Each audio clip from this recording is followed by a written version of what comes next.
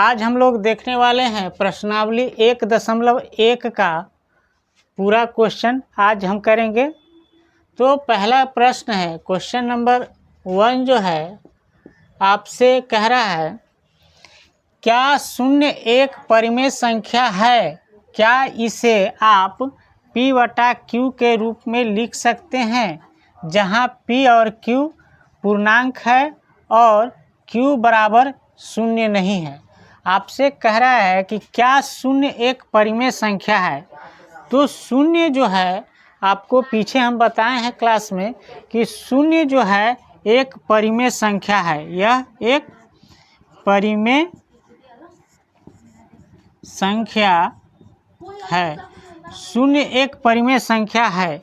क्यों है परिमेय संख्या? क्योंकि किसी भी संख्या में अगर कुछ नहीं है उसके बटा में तो क्या लिखते हैं? एक लिखते हैं।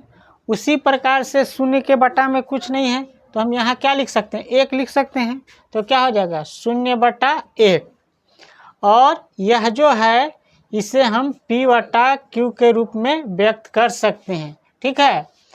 दूसरा बात करें, Q बराबर शून्य नहीं है और Q बराबर शून्य नहीं भी है। यहाँ Q के बराबर में क्या दिया हुआ है? एक। और P के बराबर में क्या दिया हुआ है? 0, शून्य दिया हुआ है। तो यह जो है शून्य जो है इसको हम P बटा Q के रूप में व्यक्त कर दिए। तो यह क्या हो गया? शून्य जो है आपका एक परिमेय संख्या है।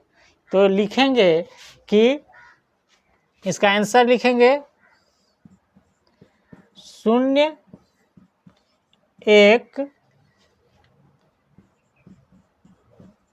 परिमेय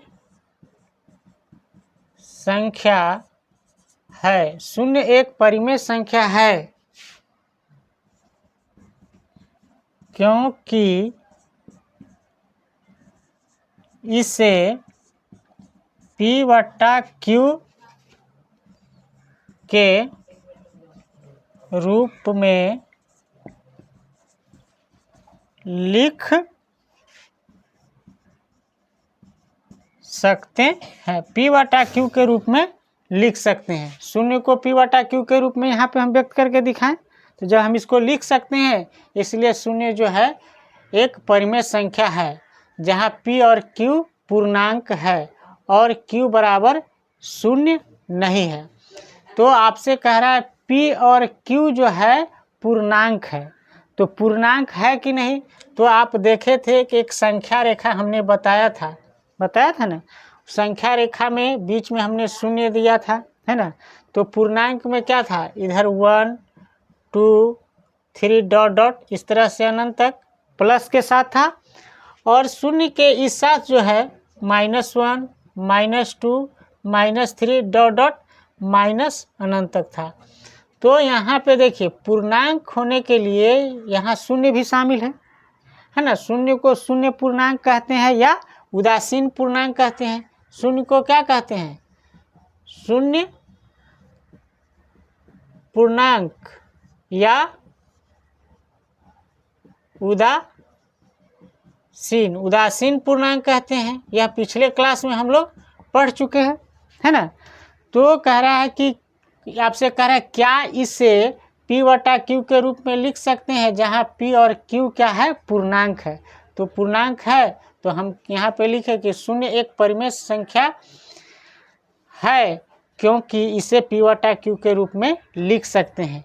और हमने यहाँ पे लिख करके दिखा दिया, 0/1 बराबर P बटा Q। P बटा Q के रूप में लिख सकते हैं और जहाँ पे Q बराबर जो है आपका शून्य नहीं है। क्लियर?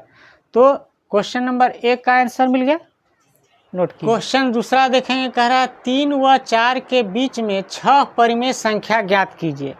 तो 3 और 4 के बीच में 6 परिमेय संख्या ज्ञात करना है। ये आप पहले भी सीख चुके हैं पीछे।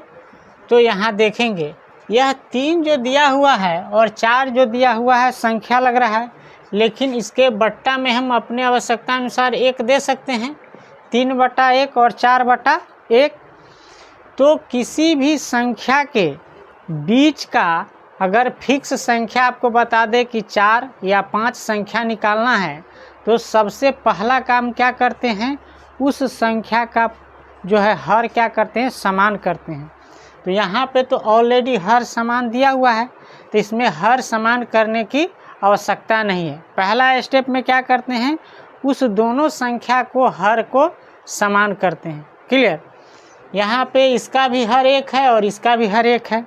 तो अब क्या करेंगे, दोनों संख्या में हम क्या करते हैं, जितना संख्या बीच में परिमेय संख्या पूछता है उससे एक बढ़ा करके नीचे ऊपर गुना करते हैं कि नहीं।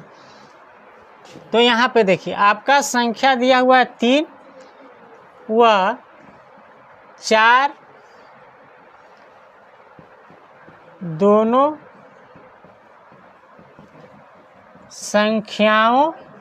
संख्याओं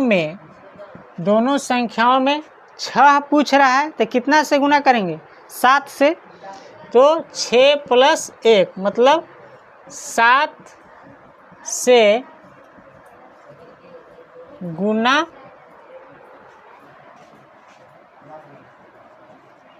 करने पर कह रहा है 3 व 4 दोनों संख्याओं में 7 से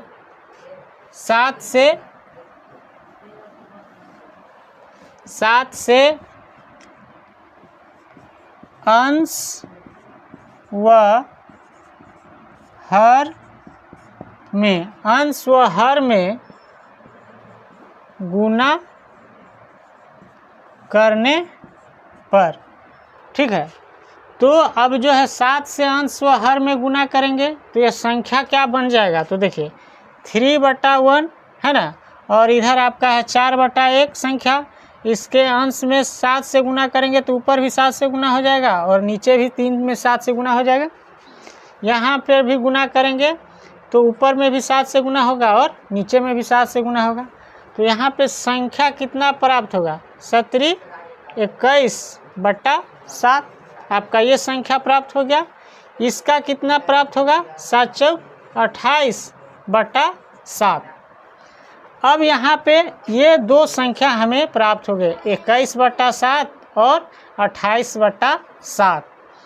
तो आप बोलिएगा कि सर ऐसा आप क्यों किए, मतलब 3 और 4 को आप 7 से गुना बिना किए काहे नहीं बनाए। तो देखिए 3 के बाद डायरेक्ट आप देख रहे हैं 4 आ रहा है, बीच में एक भी संख्या का जगह नहीं बच रहा है। लेकिन अगर हम 7 से गुना कर दिए 3 में तो इसको काटेंगे तो फिर 3 ही रह जाएगा, और यहाँ पे 4 में अगर 7 से गुना किए तो इस 7 से 7 कट जाएगा तो 4 ही रह जाएगा। उस संख्या के मान में कोई अंतर नहीं आया। और हमें चाहिए क्या था, 6 संख्या चाहिए था बीच में, तो वह भी मिल गया।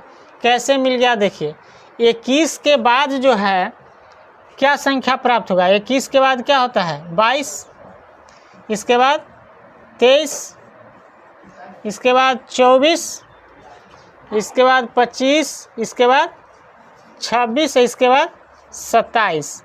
ये संख्या है। तो देखिए 1 2 3 4 5 6 संख्या मिल गया कि नहीं।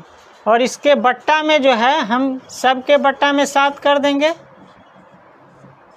तो ये आपका संख्या प्राप्त हो गया। तो इसको अगर एग्ज़ाम में बनाना है तो कैसे लिखेंगे ये तो हम समझा दिए, वो तरीका हम बताते हैं। ठीक है। तो यहाँ एग्ज़ाम में लिखेंगे 21 व 28, 21 व 28 के मध्य 6 संख्याएं। तो यहाँ पे संख्या क्या हो जाएगा, 22, 23, 24, 25, 26 और 27 ये संख्या हो गया। चलिए इसको मिटा करके ऊपर लिखते हैं।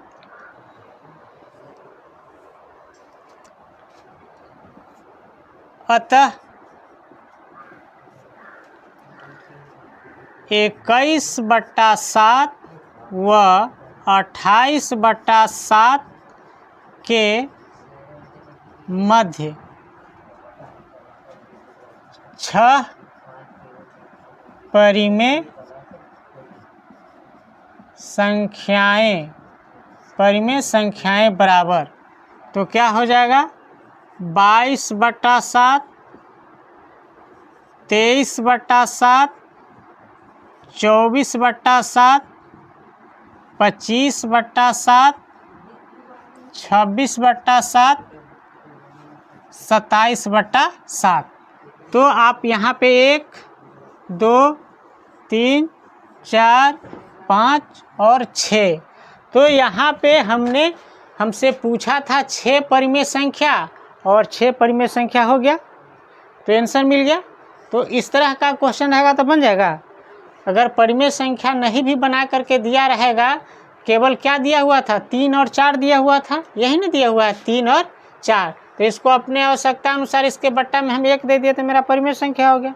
और उसके बाद हमने परिमेय संख्या का हर समान करते हैं, तो हर पहले से समान था, और इसके बाद जितना परिमेय संख्या पूछेगा 1 बढ़ा करके अंश व हर में क्या करते हैं, गुना कर देते हैं, तो वो संख्या प्राप्त हो जाता है। बन जाएगा।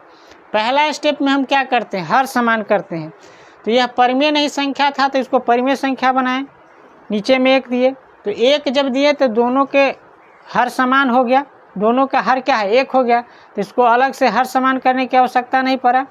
दूसरा स्टेप में क्या करते हैं कि जितना परिमेय संख्या पूछता है उसे 1 बढ़ा करके अंश व हर में गुना करते हैं, तो गुना करने पर वो संख्या हमें जितना चाहिए उतना जो है बीच में मिल जाता है। ठीक है, नोट कीजिए। अब यहाँ देखेंगे क्वेश्चन नंबर 3 में कह रहा है 3/5 और 4/5 के बीच 5 परिमेय संख्या ज्ञात कीजिए।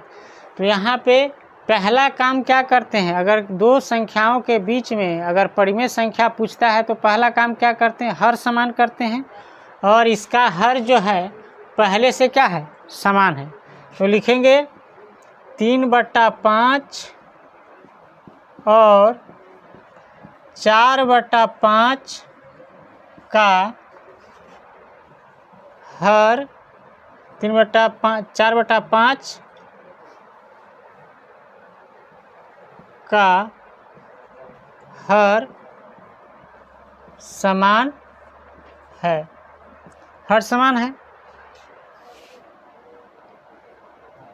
आगे लिखेंगे दोनों परिमेय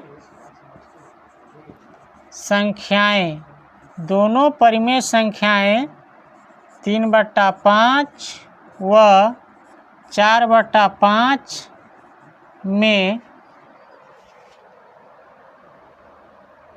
दोनों परिमेय संख्याएं 3/5 और 4/5 के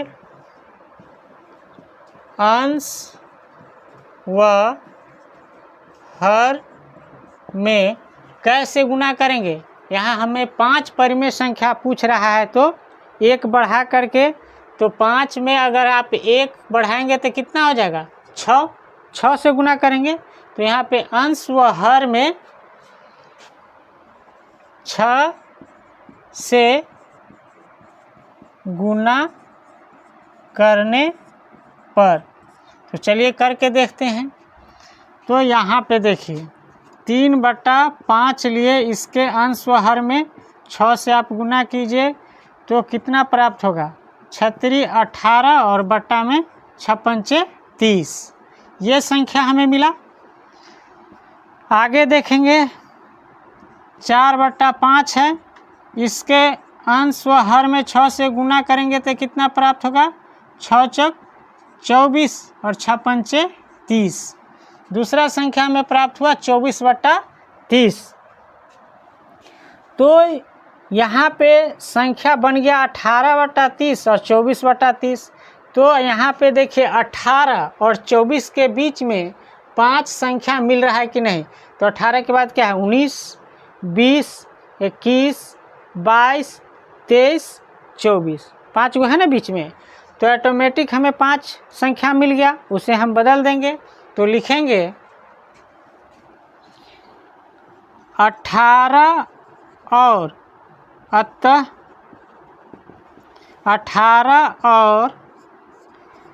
24 के मध्य 5 संख्याएं, 5 संख्याएं बराबर, तो 18 के बाद क्या हो जाएगा 19, 20, 21, 22, 23, ये 5 संख्या हो गया है ना। इसीलिए यहीं पर लिख दे रहे हैं, इसीलिए 18/30 और 24/30 के मध्य 5 परिमेय संख्या, परिमेय संख्या बराबर, कुछ नहीं करना है, इसके बट्टा में 30 लगा दीजिए, तो 19/30, 20/30, 21/30, 22/30 और 23/30। इस तरह से आपका आंसर हो जाएगा, है ना। 1 2 3 4 5, 5 परिमेय संख्या मिल गया। तो इस तरह से हम लोग बना लेंगे, नोट कीजिए। आपका प्रश्न कह रहा है, आपका प्रश्न यहाँ क्वेश्चन नंबर 4 में आपका प्रश्न कर रहा है कि प्रत्येक प्राकृत संख्या पूर्ण संख्या होती है। तो देखिए, पूर्ण संख्या के लिए हमें क्या है, 0 1 2 3 4 डॉट डॉट अनंत तक। तो प्राकृत संख्या जो है यह हो गया। गिनती की संख्या को क्या कहते हैं, प्राकृत संख्या कहते हैं। गिनती की संख्या को प्राकृत संख्या कहते हैं। तो यहाँ जो है 1 से लेकर के जो प्राकृत संख्या है वह पूर्ण संख्या के अंदर में है कि नहीं। तो सभी प्राकृत संख्या पूर्ण संख्या है ना। जो भी प्राकृत संख्या, ऐसा कोई भी प्राकृत संख्या नहीं बचा जो पूर्ण संख्या नहीं है। सभी जो है पूर्ण संख्या के अंदर ही आता है। तो कह रहा है कि यह कथन सत्य है कि असत्य, कारण के साथ अपने उत्तर दीजिए। तो लिखेंगे कि यह कथन सत्य है ना। लिख देते हैं, आंसर में लिखेंगे यह कथन सत्य है। कारण के साथ लिखना है, क्योंकि सभी प्राकृत